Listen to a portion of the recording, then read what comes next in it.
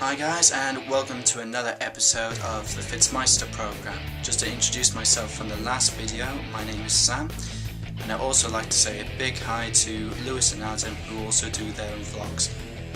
Right, continuing on from last week's video, which was cut short, I was looking around through the news and I noticed that these fuel tank drivers in a union were going to threaten a strike action.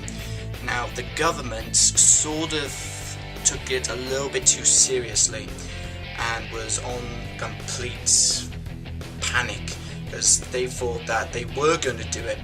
So they went on the news saying, we need to get these people to fill up their cars because there may be a strike on that.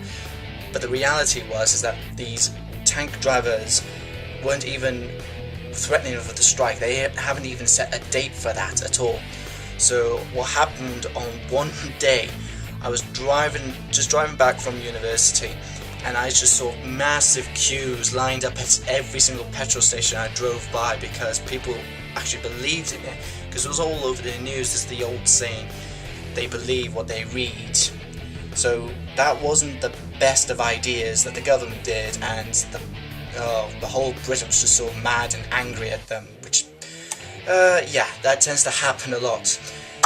Also, I think the Queen's Diamond Jubilee for this year, I think it's in June, and I was a bit puzzled because I thought it was next year, but when I was talking to my parents about it, they were telling me that she was ascended to the throne in 1952, but she was coronated in 53, so that was a reason why I got a little bit confused there.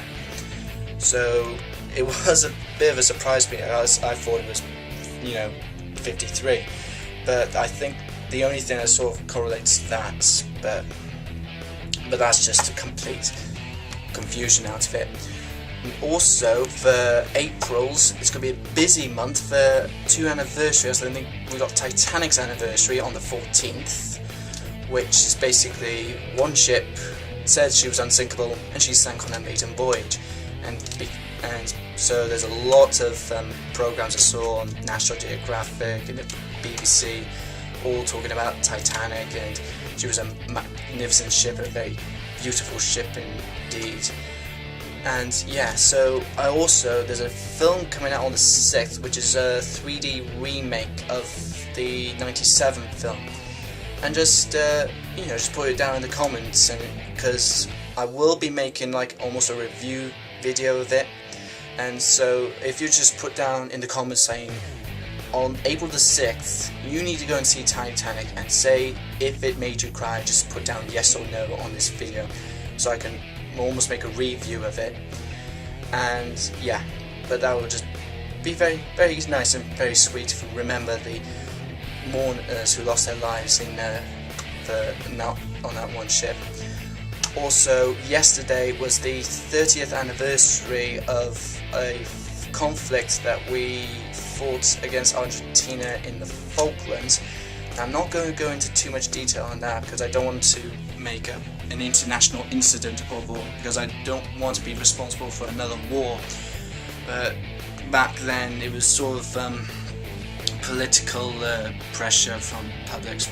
I really do not want to talk about that much at all. But yeah, it's just sort of political pressures, and I think I had its own credit crunch back then, so it was sort of to gain the popularity of the people. It's just like the old days where if you want to support the people, you just go and invade a country like back in medieval times, but this was more of a modern age thing. So that sort of provoked us, because we were all focusing at that time towards Russia in the east, because this was the height of the Cold War in 1982, and we weren't expecting anything to be happening in the south, so it sort of caught us by surprise. And another surprise was that most of us, we didn't know an island chain called the Falklands. In fact, we didn't even know we actually had them. So that was sort of a confusing yet stunning history lesson to learn from. So, right, I gotta go now because my arm's starting to tire, and I will hopefully find a stand for this camcorder.